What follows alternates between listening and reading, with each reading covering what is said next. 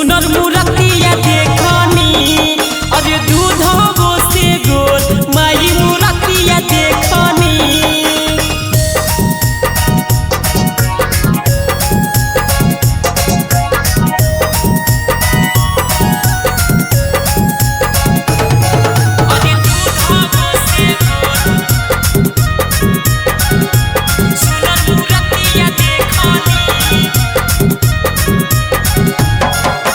मोहिया के दरबार में जिया बोई खाली हाथ सिरा वाली देथिन सबके सहत